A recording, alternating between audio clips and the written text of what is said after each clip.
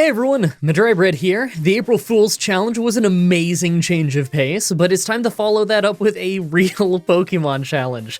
Today's the day that we figure out, would I be able to beat Pokemon Gold with a team of only one Diglett?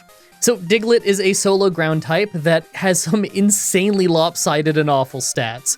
Take a look at this. I've done a few runs with this thing before. A base health of 10, defense of 25, and a special defense of 45.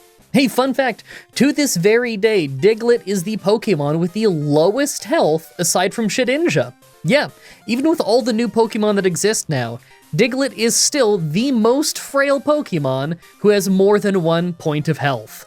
And that's what we're using today. This is gonna be a total nightmare. For level up moves, we learn a few cool things like Earthquake and Slash. Obviously, we get Dig early, but Dig is much weaker than in Gen 1 here in Gen 2. In Gen 1, it has an insane 100 power, but in Gen 2, it's only got like 60. Not much type coverage, so let's look at the TM moves.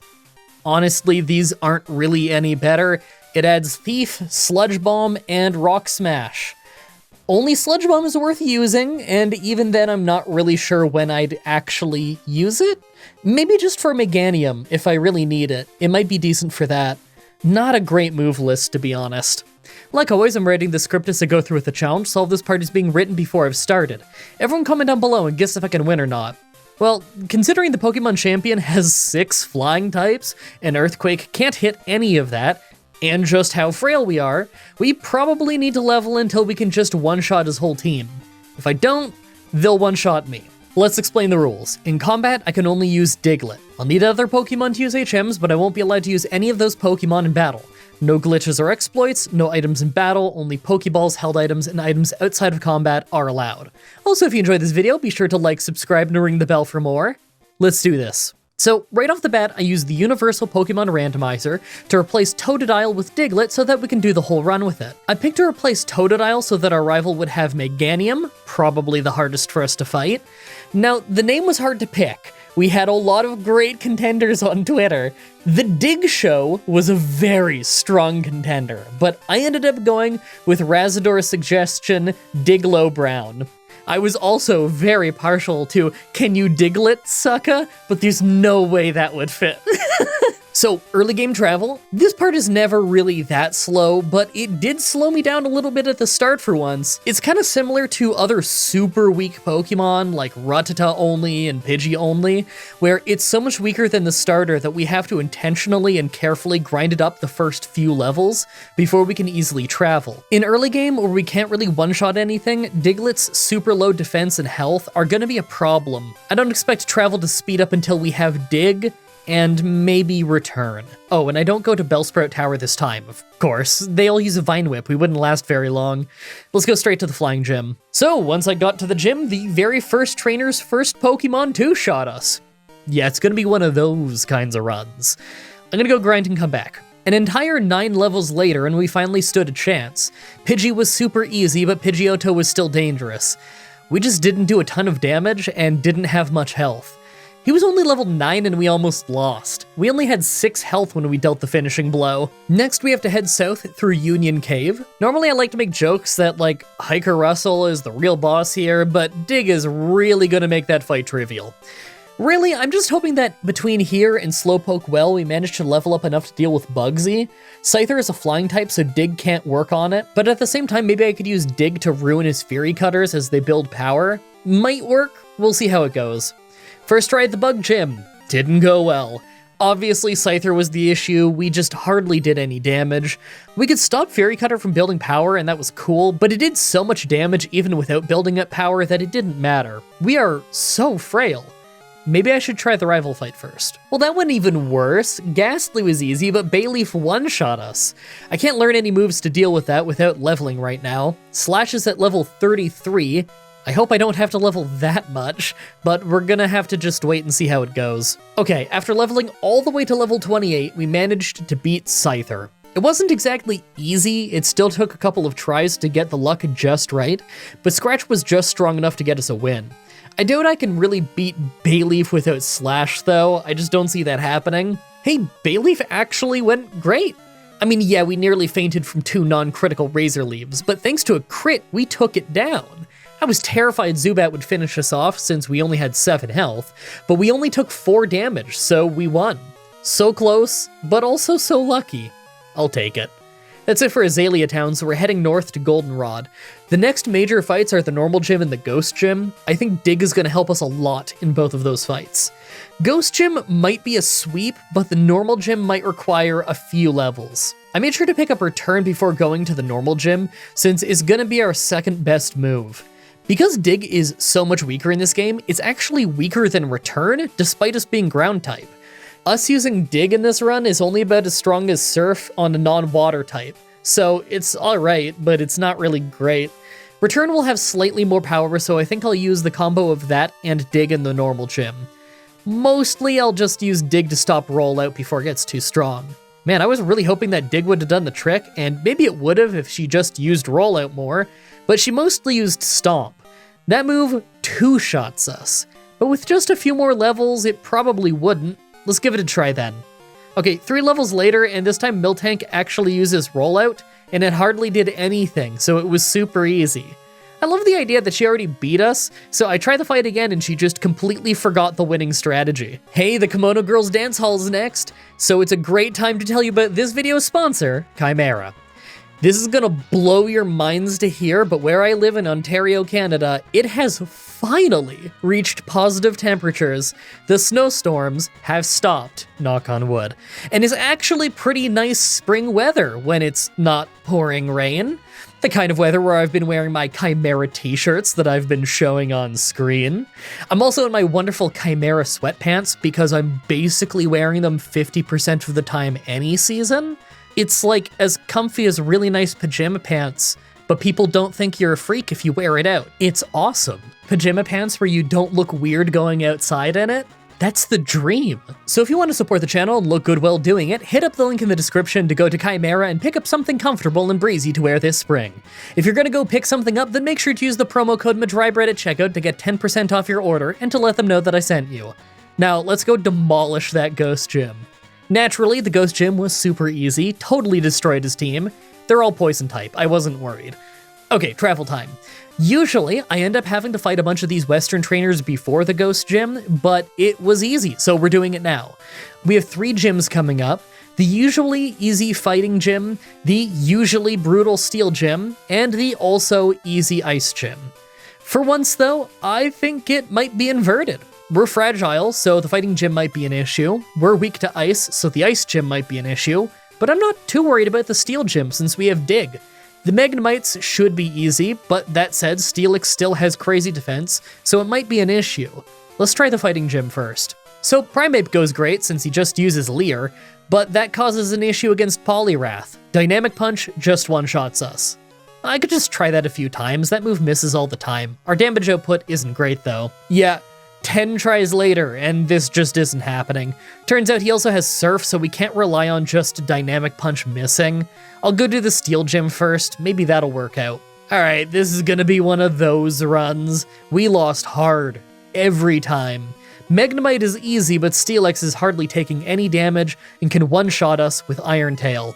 Okay, we've got Earthquake in 1 level. We'll try that. 4 tries later, and this was insane. Most tries, our Earthquake doesn't take Steelix to half health, but this time it did. Iron Tail missed, and we hit again to bring him to a sliver. He missed again, and I went for the finishing Earthquake when Jasmine used a Hyper Potion. I thought we were doomed, but our Earthquake crit, so the next one took it out. That was terrifying. Let's go do the Rocket Hideout, and then try to do the Ice Gym before we go back and try the Fighting Gym. Of course, the Rocket Hideout was super easy, but this is a nice place to level up before moving on to the rest of the run. I think the Ice Gym will probably be easy with Earthquake, but you just never know with a Pokemon as fragile as Diglett. I think the Fighting Gym will be easy as soon as Poliwrath is a 2-shot, so we might be ready for him right after the Ice Gym. After that is the Rival in the Dragon Gym though, so I'm really not sure how that'll go. I'm actually really worried about Kingdra in the Dragon Gym. We'll worry about that later though, Ice Gym first. Okay, so this took 8 nearly identical tries, but not because the fight is hard, but because we can't win if Blizzard hits. You'd think it wouldn't take long for Blizzard to miss, but of course, Blizzard never misses when you need it to, so this took quite a few tries. Let's go do the Fighting Gym next. Hey, this is pretty easy now. Could've gone real bad if Hypnosis hit us, but it missed, so perfectly fine. Next up is the Radio Tower. This is a great place to get some last levels before the few pre-Elite Four battles. After this, we have our rival, and then the Dragon Gem, then another rival fight. I'm not really sure how the next rival fight is gonna go. It might not be too horrible, but Meganium might be a problem if I get stuck. Then maybe I'll have to go get the TM for Sludge Bomb. Okay, so it took 2 tries to beat Golbat due to some horrible confusion luck, but it didn't take too long to take it down. Meganium was next though, and just totally shut us down with Razor Leaf. Alright, I'll give it a try with Sludge Bomb. Hey, now that we've got Sludge Bomb, it's actually pretty easy. We still got poisoned with Poison Powder, but other than that, we didn't take a hit from his team. Way better than I expected. All that's left for gyms is the Dragon Gym, and I'm honestly pretty worried. The Dragonairs won't be too bad, especially considering they can't Thunder Wave us. In fact, I think I might just one-shot them. Problem is, her last Pokemon is Kingdra, and not only is it strong, but it has Surf. We could just get one-shot, that wouldn't surprise me at all. I'm thinking that I'll need to be able to sweep her team with Earthquake before we stand a chance. Alright, here's what I was worried about. We get to the gym at level 55 and easily one-shot the Dragonairs, but we can't one-shot Kingdra, and she just one-shots us with Surf. We could win with 2 hits, though. I think I just have to level up until either Surf doesn't one-shot us, or we get lucky and just crit. Okay, 3 levels later, and we're still getting one-shot. Man, that's brutal. Maybe a few more? Okay, finally. At level 60, we can get hit by Surf and hang on with 9 health left. Perfect. That gets us a much-needed win. Oh, and check it out! Right after the fight, while I was going through the Dragon's Den, I found a shiny Magikarp. That's awesome, it's one of the cooler shiny Pokemon. It's a shame, I'd catch it, but unfortunately, I have no balls. We've all been there. Last bit of travel before the Elite Four, and we have 1 rival fight in our way. Not really sure how I feel about this one. I don't think most of his team could hit us before we could one-shot them, but I still don't think I can one-shot Meganium. 1 Razor Leaf will probably take us down, and it only has a 5% chance of missing. This might take a few tries. Well, I was wrong to worry. We literally didn't take a hit. Part of that was their fault for using Reflect and Confuse Ray rather than going for damaging moves, but I'm honestly surprised that it didn't just go down to Razor Leaf. Now that we're at the Elite Four, let's take a look at our stats. Yeah, I'm not feeling great about this. I was hoping to have more like 130 attack, but we've only got 102. Our defense is horrible at 74, and our health is only 113. Considering the Pokemon Champion's entire team is immune to Earthquake, I don't see any way of us getting through the final fight with just Return at this level. I'll see how far I can get into the Elite Four, though. Make your final guesses on if we can win this or not. Let's do this. First is Psychic Trainer Will. Right away we did great damage to Xatu, but couldn't one-shot him, so we lost a lot of health to Psychic. Not really a good start. Jinx is pretty frail, so 1 Earthquake did the job there, and 3rd was Executor. Sludge Bomb nearly took him out, but he hung on and used Leech Seed. That's bad. We took him out, but next is Slowbro, and we're having our health drained. 2 Earthquakes would have taken him down, but thanks to Curse boosting his defense and Leech Seed healing him, he held on and finished us off. A few more levels and I bet I could one-shot Xatu. So naturally, I kept leveling and trying the fight over and over.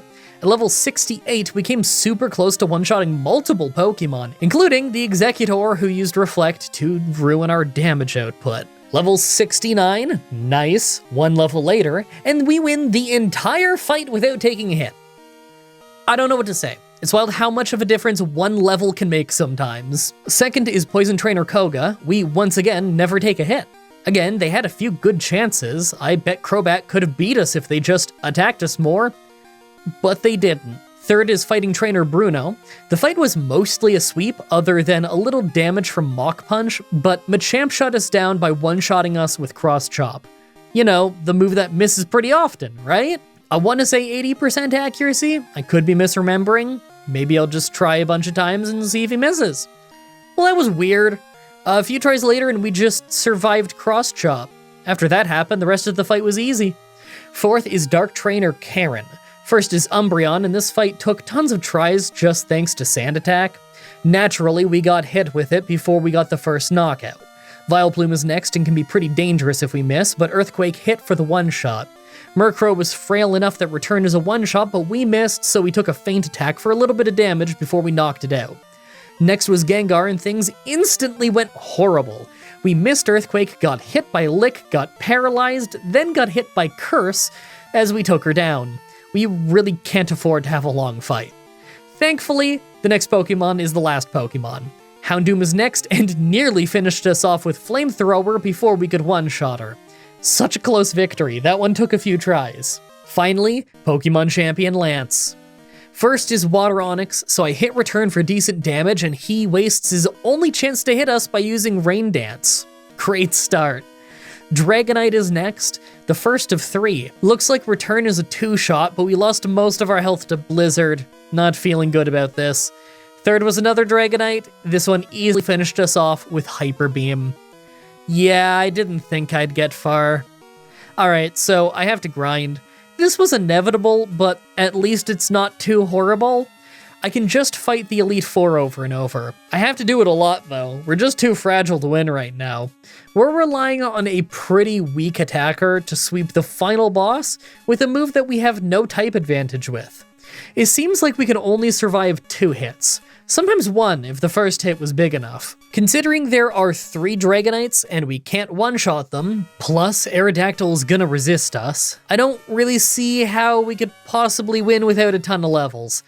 I wouldn't be surprised if we had to max out our level just to beat Lance, in fact. Next try is at level 80. We lose at the exact same point in the fight as the last time I tried. Ouch. That's a 9-level difference with no real advantage in the fight. Yeah, I really might need to be max level. Level 86, we faint again at the same point. You know, I'm really starting to get worried about this. Level 92, Water Onix was a one-shot and so was the first Dragonite thanks to a lucky crit. The second Dragonite survived and hit Hyper Beam, so we're going down to about half health as we take him out. Aerodactyl's next and Return actually did pretty good damage, but not enough for a one-shot. Luckily, he just used Ancient Power. We resisted, so we hardly took damage as we took him down. Maybe we stand a chance. Second from last is Charizard, and Return one-shot him. This is great. Last is his strongest Dragonite. Return took him to almost red health, but he hit us with Hyper Beam. We fainted. That was heartbreaking, especially since we got that crit earlier, so it probably wouldn't go this well on the next try. I've got some rare candy. Let's bump ourselves up a little bit. Level 95. Well, we lucked out and Blizzard missed, so we didn't have to wait for a crit. But it turns out that sometimes Aerodactyl uses Hyper Beam instead of Ancient Power. That does a ton of damage, and although we could get to the last Pokemon, we were too beat up because of Aerodactyl. Alright, well, I've got enough rare candy. Max level it is. Alright, so level 100, we were finally able to one-shot the bulk of Lance's team. Aerodactyl still messes us up with Hyper Beam, but we can hang on and the final Dragonite can survive with a Sliver, but didn't go for Hyper Beam, instead doing Outrage.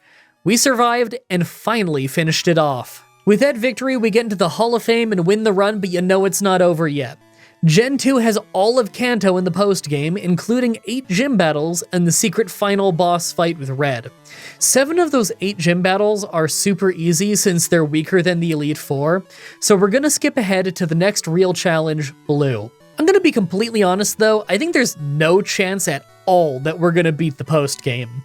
Yeah, Blue and Red don't use all flying types like Lance did, but their Pokemon are just so much stronger than the ones Lance had, way higher levels. Maybe if we get really lucky we can beat Blue, but I don't think we stand a chance against Red. Let's hope this whole trip through Kanto wasn't a waste of time. Let's fight Blue. So he starts with Pidgeot, so we use Return instead of Earthquake. We got crit by Wing Attack to lose a lot of health, but we're holding leftovers, so at least we heal a little bit. We took him out, and next is Water Onix, who we also use Return on. He went for Hydro Pump, and I'm sure it would have one-shot us, but we lucked out and he missed, so we could just keep hitting till he went down. Next is Executor, so I used Sludge Bomb for an easy one-shot. In fact, the entire rest of his team were all easy one-shots. That's shockingly easy. It's just because Hydro Pump missed, though. There's no way Red goes that well. Right? Okay, Red starts how you'd expect. One shot on Pikachu with Earthquake? Easy. Second is Venusaur, and I was worried, but he used Solar Beam, so he wasted a turn charging, and we took him out. This is starting all right. Next is Blastoise, who hangs on from Earthquake and one-shots us with Surf. Well, that doesn't miss. Maybe if I spent an hour, I could win this fight with a double team if Pikachu doesn't lower our attack too much with Charm. But I think I should probably just get a start on the next challenge so you have something new to enjoy, rather than watching me grind with double team to try and beat this pointless battle. Well, that run was more or less what I expected. One shot or be one shot for a lot of it, but man, that Pokemon Champion battle was just awful. All flying types with a ground type is crazy. I really hope you guys like that run. The next Pokemon Challenge should be up next week on Saturday like usual, with Pokemon Red with Lieutenant Surge's team. As always, I'm looking at your suggestions in the comments, in the challenge request section of my Discord channel, and on Twitter. Subscribe, ring the bell, stay tuned. Oh, outro time. What do I talk about this time? I guess the April Fool's challenge that I did the other week. I guess it was 2 weeks ago now. Sorry about that little gap. I got really busy and health stuff, and it was really hard to keep up with everything. But believe it or not, the April Fool's challenge is not the reason why the last week's, I didn't have a challenge last week. No, the April Fool's challenge actually took less time than the average challenge for me, because the majority of that video was improvised commentary. And I mean, if you guys look at my channel, you know that I have over 6,000 Let's Play videos.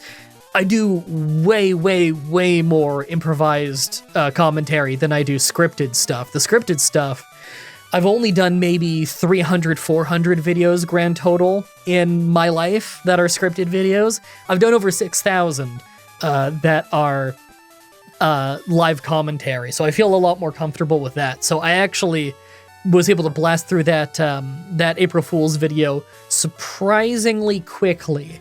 So no, it wasn't that. It was mostly just health stuff, having to go back to physio and getting worked on with my neck and everything, which recovery is going okay.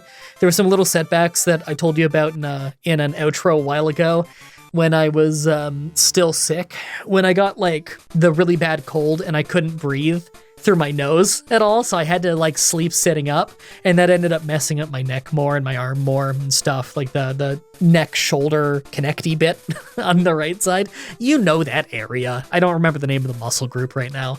But that got that really messed up and crunched up and awful. But I got some manual therapy since then. I've been doing my physiotherapy at home like I always do, and recovery has been going okay.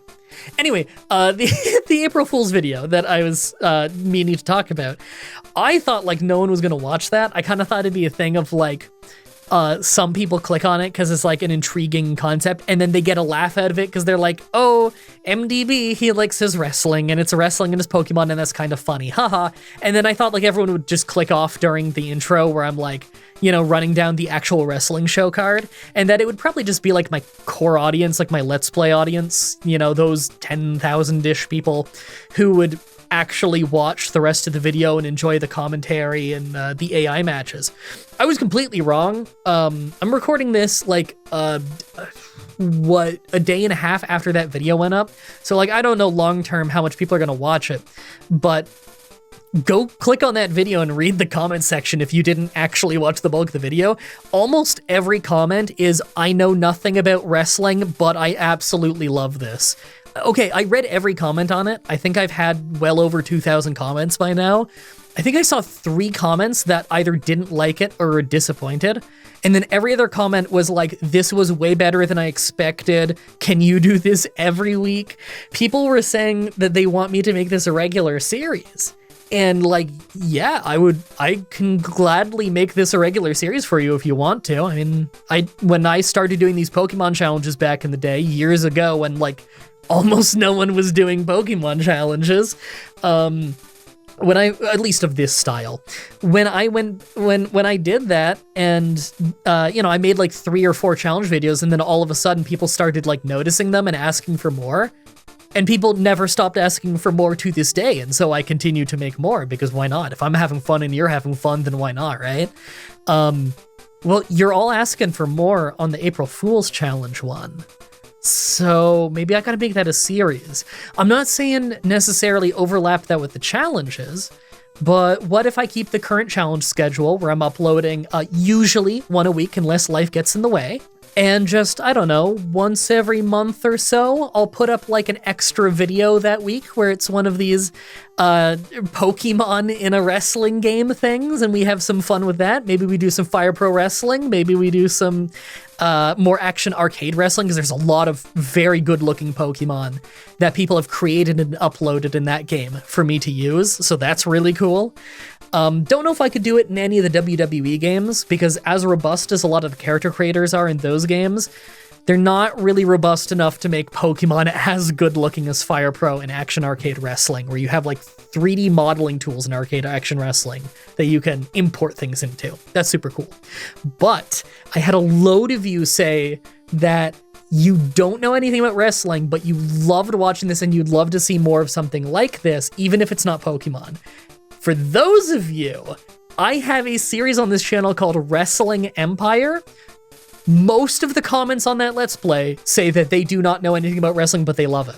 I've had many people message me to tell me that they bought that game on their Switch or on Steam or on whatever they have it on because they watched it on the show, they know nothing about wrestling, and they just thought that looks like a really fun video game. And you know what? It is. The game does not quiz you on knowledge of wrestling in any way. It's like any other like fighting game, I guess, in the sense that you don't need to know anything about actual martial arts to play the game, you know? It's just a really fun 3D fighting game. A whole lot of chaos, a whole lot of weapons matches and throwing people through things, and just, it's complete insanity in ways that I cannot describe in words. Just go click on that Let's Play and watch an episode. There's nothing I can say to you right now that will prepare you for this. Oh, no, hold on, there's one thing. If you know the name M. Dickey, the indie game creator M. Dickey, he's been around for a long time. If you know any of his games, this is an M. Dickey game. And if you know an M. Dickey game, then you're already smiling because you know it's gonna be really goofy and really fun. And it totally is. So you should go check that out. And if you did check it out, then let me know in the comments section, because I really appreciate that. Anyway, I really need to eat, and then I really need to edit this, so I should go do that. Thank you everybody so much for watching, and until next time, have a nice day.